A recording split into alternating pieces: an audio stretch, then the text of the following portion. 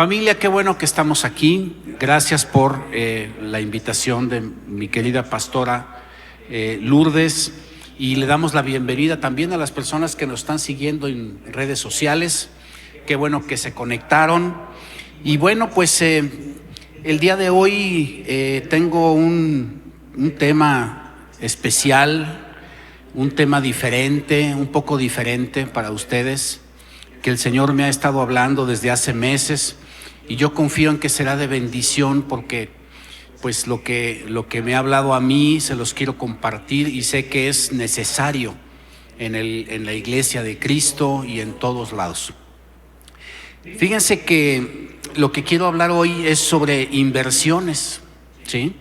¿A quienes les gustan las inversiones, los réditos, los rendimientos? A ver si levantan su mano. Amén, ¿no?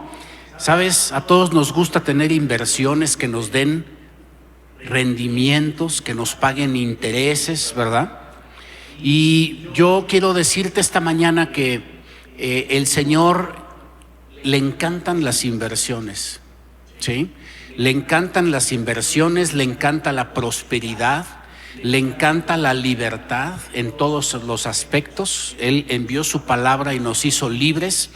Y sabes, las finanzas son una parte muy importante de nuestra libertad.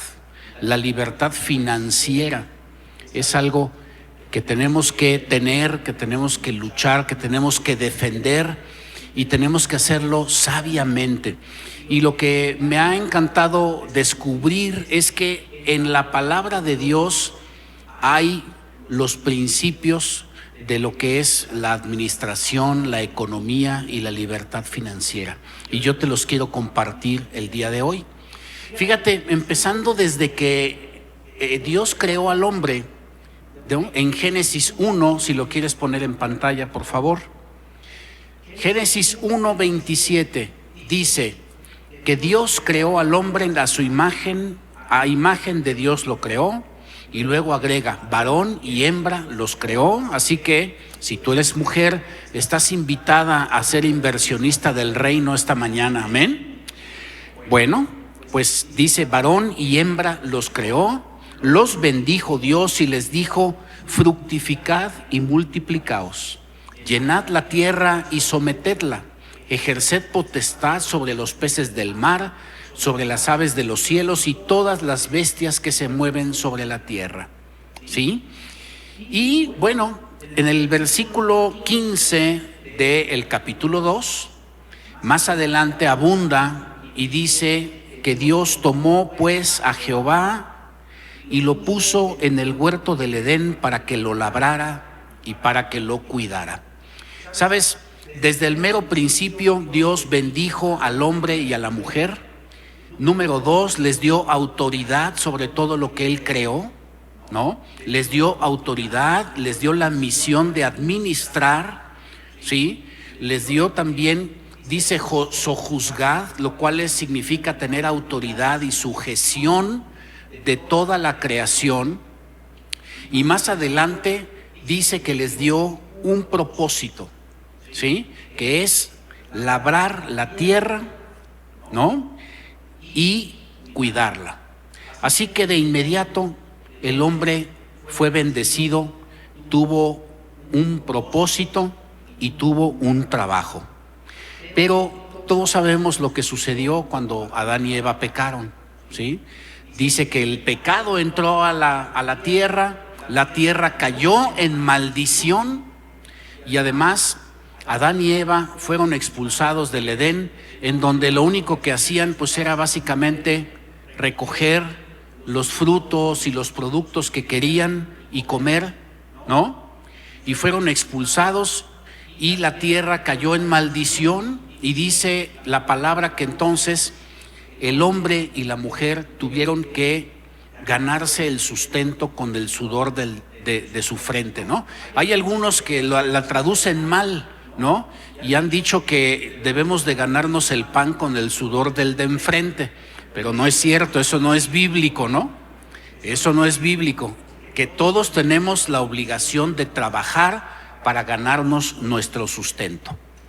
Dicen los que saben, antropólogos, historiadores, que las primeras civilizaciones humanas lo que hicieron pues fue sencillamente dedicarse a la caza y a la recolección de frutos y a la recolección de los productos vegetales que les podrían servir para comer, ¿no?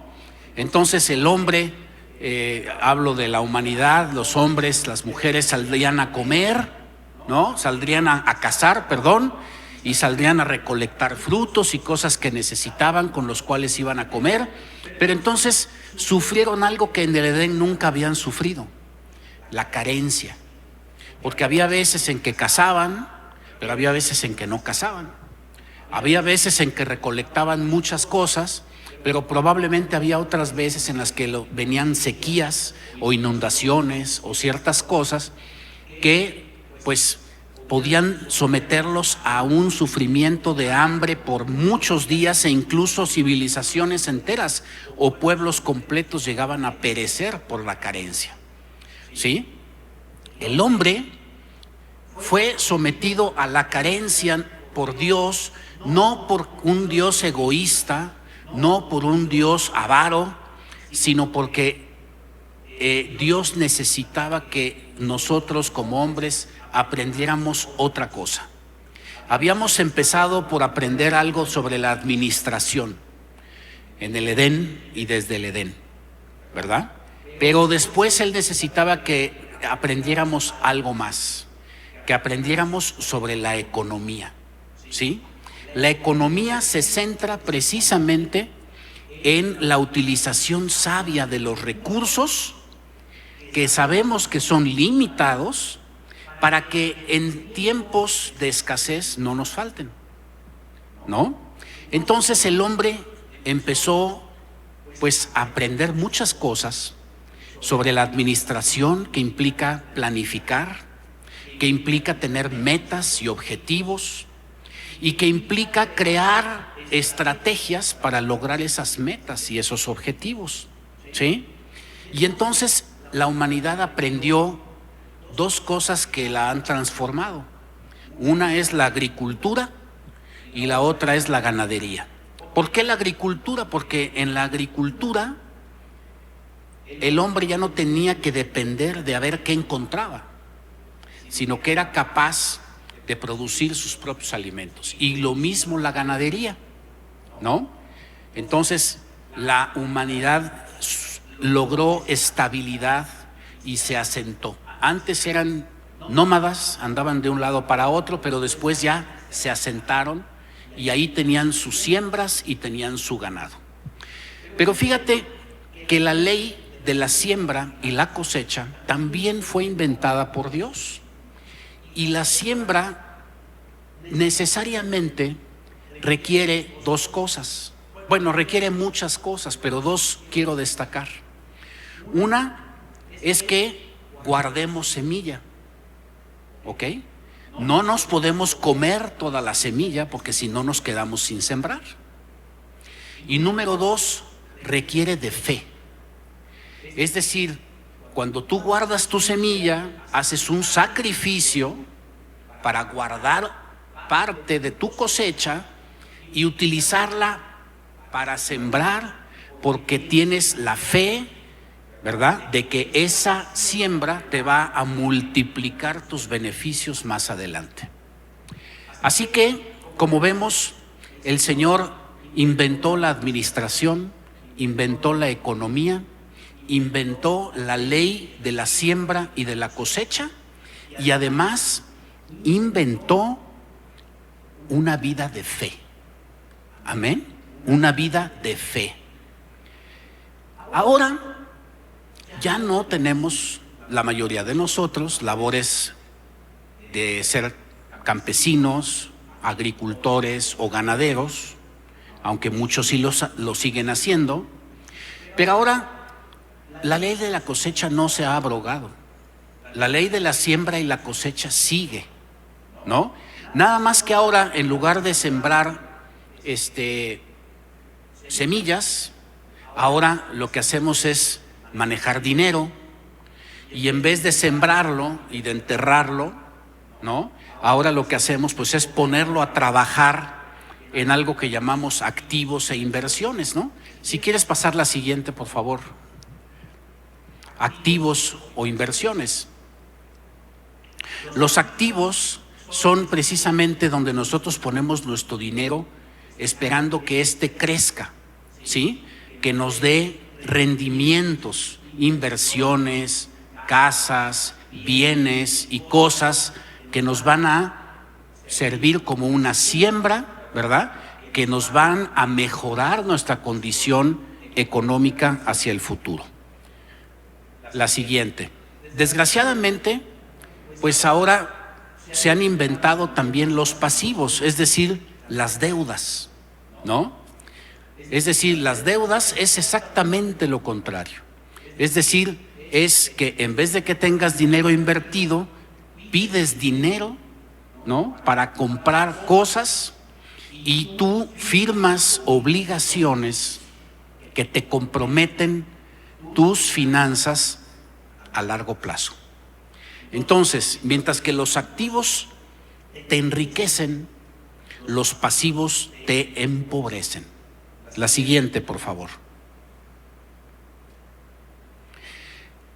Muchas personas piensan que se van a enriquecer obteniendo un incremento en su salario, un incremento en su sueldo.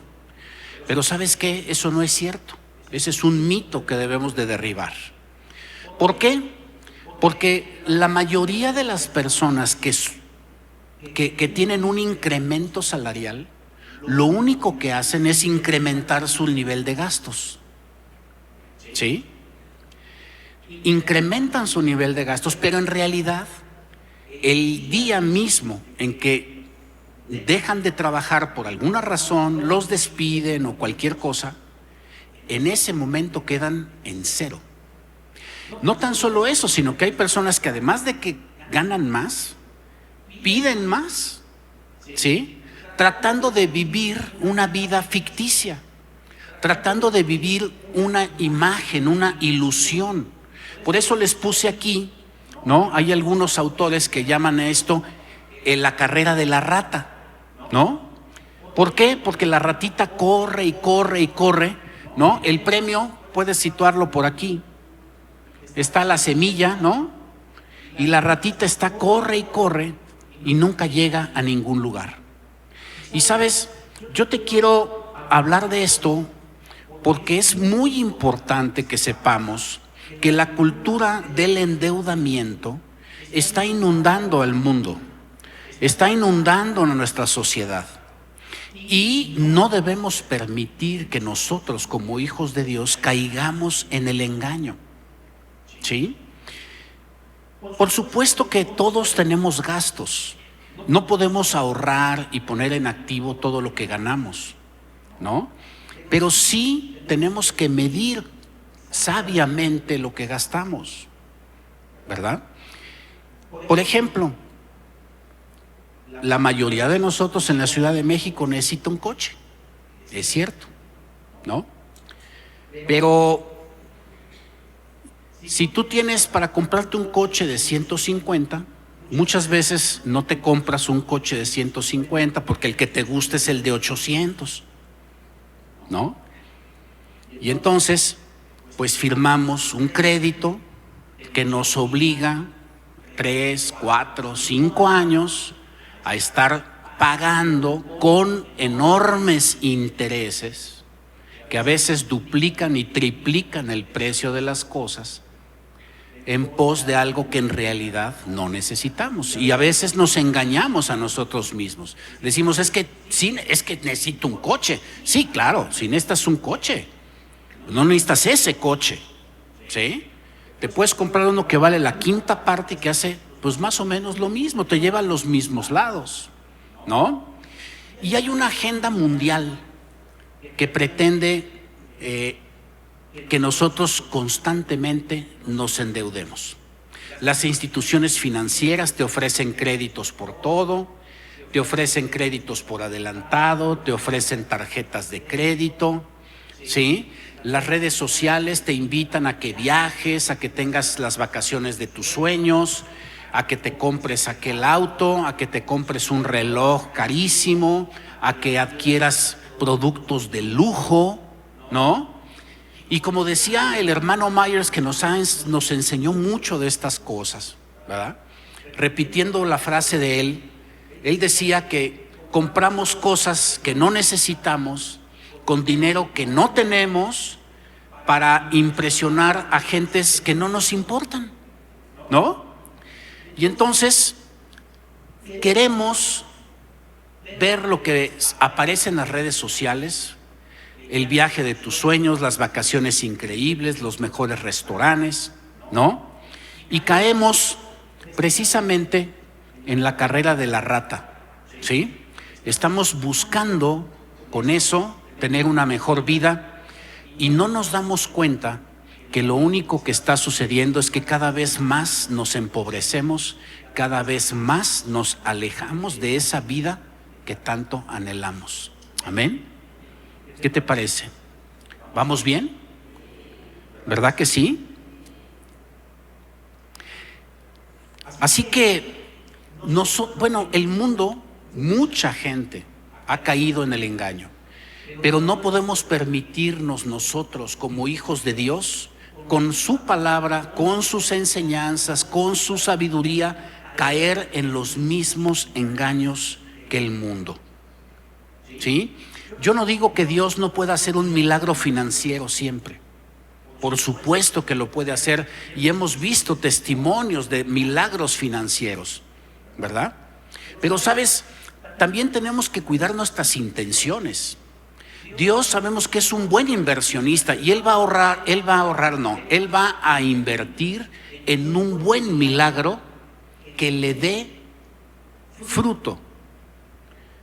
Pero ¿sabes qué? Él no te va a respaldar si tú dices que por acto de fe te vas a comprar un coche con dinero que no tienes, muy por encima de tus posibilidades, a través de un endeudamiento, que detrás de eso, pues lo único que hay es o presunción, o competencia, o egoísmo, o hedonismo, autosatisfacción.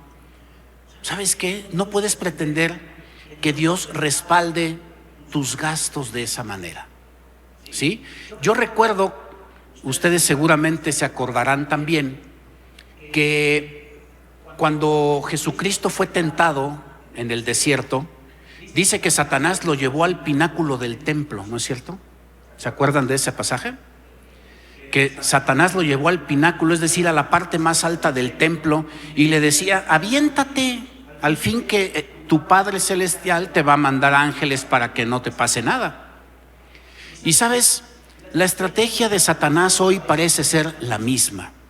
Te pone frente a un crédito y te dice: ándale, aviéntate, agárralo, el Señor te va a respaldar, pues no que es tu papá. Órale. ¿Y sabes qué? Cristianos creen que esos son actos de fe. Y lo que tenemos que pensar es, ¿cuál es la motivación? ¿Realmente está en el corazón del Señor que yo agarre ese crédito para que el Señor obre un milagro? ¿Cuál va a ser el fruto? ¿No? Tenemos que ser cristianos maduros, como decía mi querido doctor Pérez Inclán. Tenemos que ser cristianos maduros y tenemos que ser sinceros con nosotros mismos, dejarnos de engañar a nosotros mismos, ¿sí? Y verdaderamente escudriñar cuáles son las motivaciones que hay en nuestro corazón para manejar nuestros activos, nuestros valores, ¿sí? Esa vida, y lo más trágico que ha ocurrido con esa vida de créditos y de gastos y de cosas, es que el trabajo y las obligaciones se van haciendo cada vez más grandes. El hombre y la mujer se van ocupando cada vez más, trabajan más porque necesitan ganar más.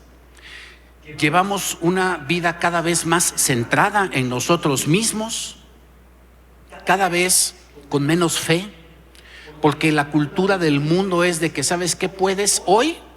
Hazlo, como si no tuviéramos un mañana, ¿no? La ley de la siembra es de fe, la ley del préstamo es en contra de la fe. Amén. La ley del préstamo es en contra de tu enriquecimiento, en contra de tu provisión, y va en contra de tu misión, de tu visión y de tu propósito como hijo de Dios. Porque lo que hace Satanás es mantenerte cada vez más ocupado, cada vez más ensimismado y cada vez más lejos de servir en lo que Dios nos ha puesto a servir. Por eso, desde hace muchos años el Señor nos advirtió sobre estas cosas. Fíjense lo que dice Lucas 6:19. Si lo pones en pantalla, por favor. Lucas 6:19 dice: no os hagáis tesoros en la tierra, donde la polilla y el moho destruyen, y donde los ladrones entran y hurtan, sino haceos tesoros en el cielo, donde ni la polilla ni el moho destruyen, y donde los ladrones no entran ni hurtan, porque donde esté vuestro tesoro, ahí estará vuestro corazón.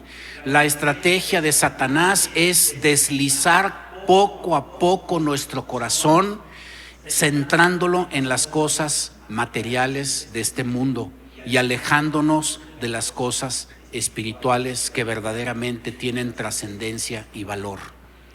Amén. Así que, ¿sabes? No se trata de que tú abandones tampoco tu trabajo, abandones todo lo que haces y te dediques a compartir y vayas de pueblo en pueblo como evangelista. No.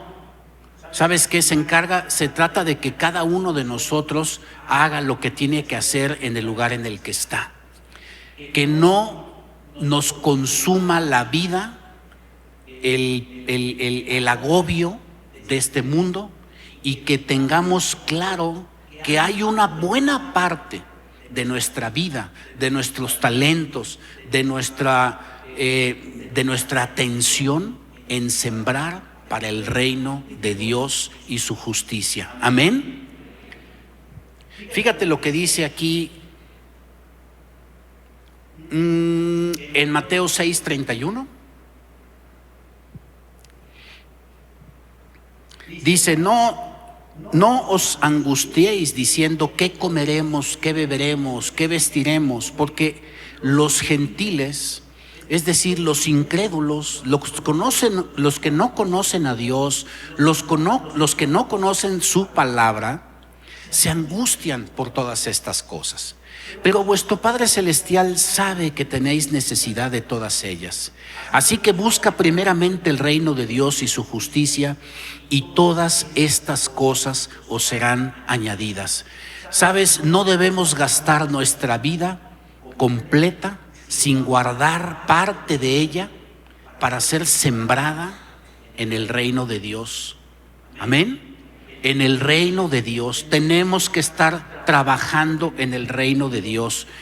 Fíjate, dice Juan 14:12: de cierto te digo que el que cree en mí, las obras que yo hago, él también las hará, y aún mayores, porque yo voy al Padre. Todo lo que pidas al Padre en mi nombre lo haré, para que el Padre sea glorificado en el Hijo. Si algo pedís en mi nombre, yo lo haré. Esta es una promesa. ¿Tú crees en las promesas de Dios? Claro que las debemos creer, pero ¿sabes? A veces no las tomamos tan en serio como deberíamos. Este es, en el mundo de hoy, un poder notarial con poderes amplios para administración y para dominio de todas sus bendiciones. Ese poder amplio lo tienes tú y lo tengo yo. Ese es un valor inconmensurable. ¿Qué estamos haciendo con ese? Las bodegas de los cielos están llenas de bendiciones, esperando que nosotros las declaremos, las sembremos en la vida de otras personas a nuestro alrededor. ¿Sí?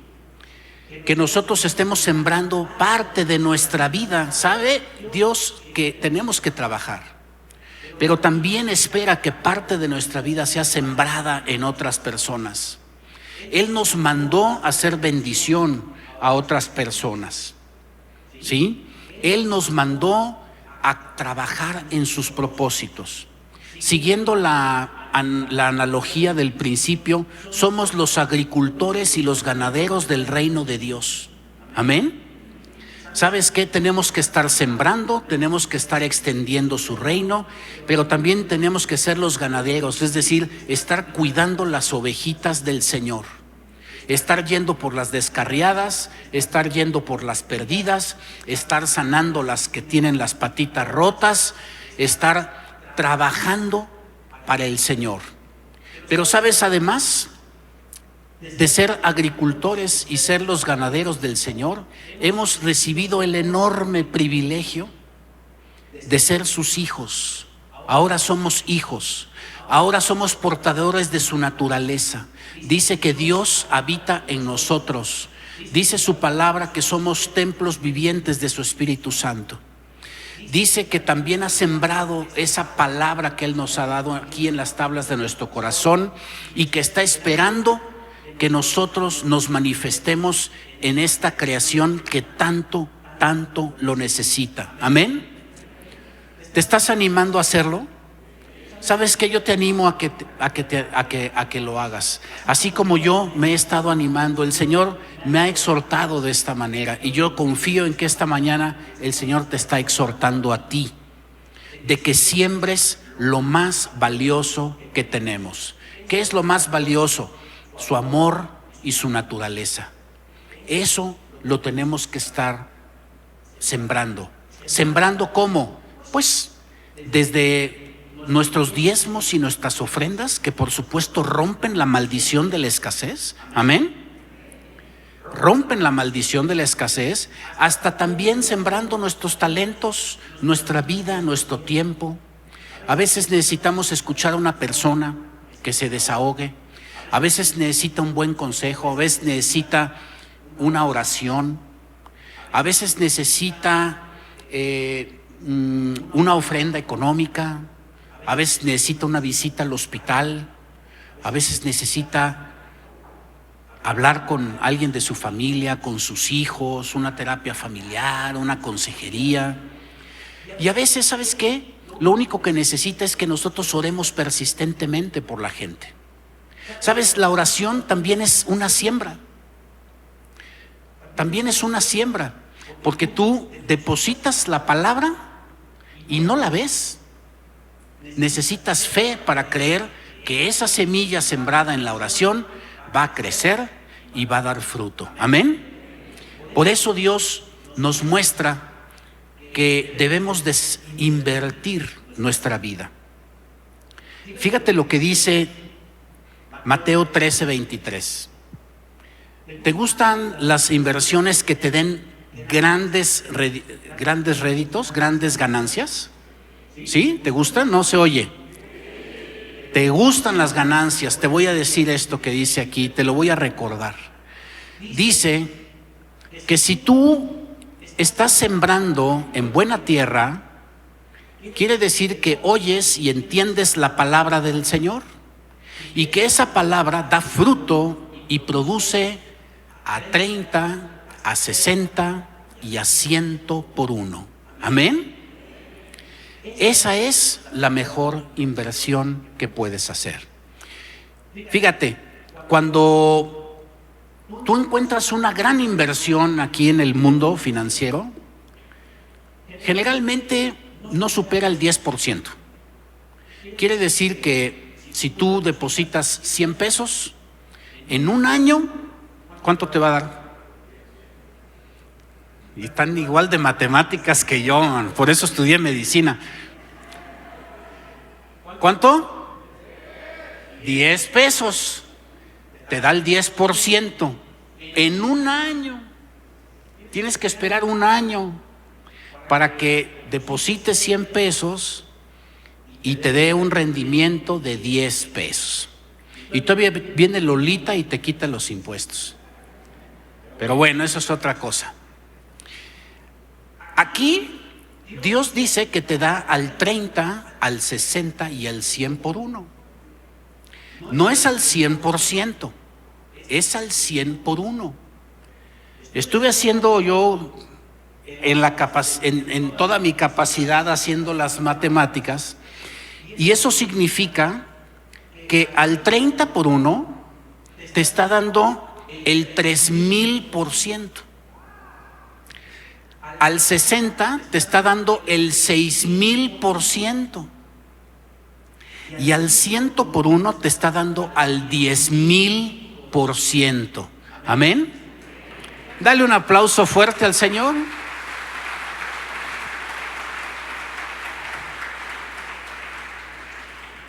¿Dónde está la buena recompensa? ¿Dónde está verdaderamente el rendimiento?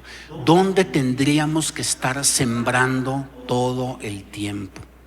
Sabes, yo no quiero decirte que no lo hagas. No quiero decirte que no lo estás haciendo. ¿No? Es una llamada de atención para que no caigamos en esa vida de locura, de trabajar y de esforzarnos y de agotarnos tanto. Eso no es del Señor. El Señor busca que seamos unas personas equilibradas y que sepamos que el mejor rendimiento lo vamos a obtener sembrando nuestra vida en Él y para Él. Amén. Fíjate. Por eso dice Mateo 10:39, el que halle su vida, la perderá. Pero el que pierda su vida por causa de mí, la hallará. ¿Sí? Y esto no es otra cosa que se van a perder las personas que no inviertan en el reino, se van a perder de la mejor inversión. Por querer conservar y disfrutarlo todo para ellas, se van a perder de los más altos rendimientos.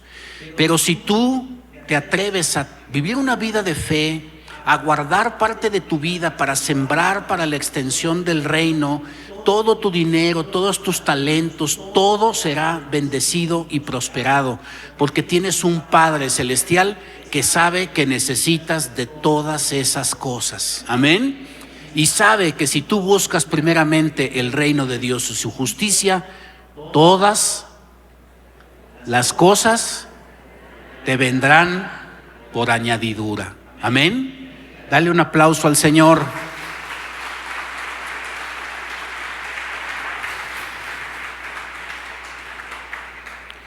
Así que no debemos olvidar la gran comisión. Marcos 16:15 dice: id por todo el mundo y predicad el evangelio a toda criatura.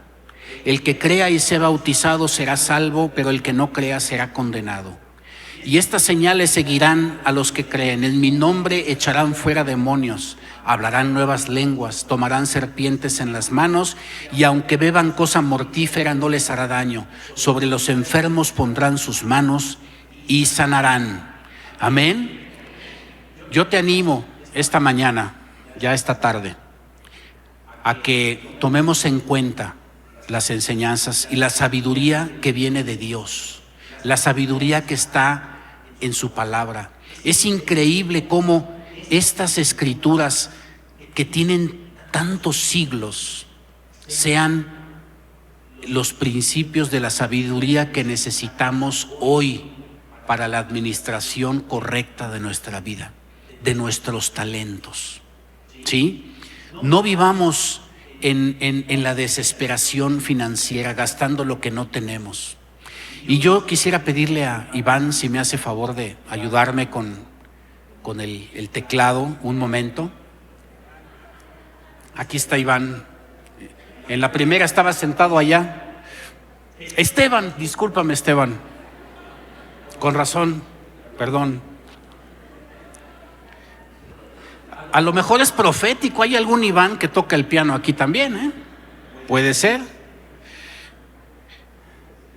Así que yo quiero invitarte esta mañana a que te pongas de pie y meditemos esta palabra delante del Señor. Meditemos esta palabra delante del Señor Y sabes, yo te recomiendo que pongas tu corazón abierto delante de Él.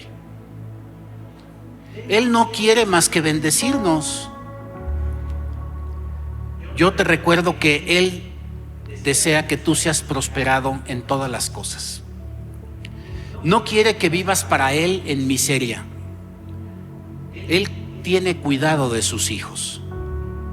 Pero tampoco quiere el Señor que caigas en el engaño del mundo, de una vida sin futuro, una vida sin sembrar, una mala administración de nuestros recursos, vivir al día, vivir agobiado, a las carreras con 2 y 3 trabajos, y de todas maneras no nos alcanza.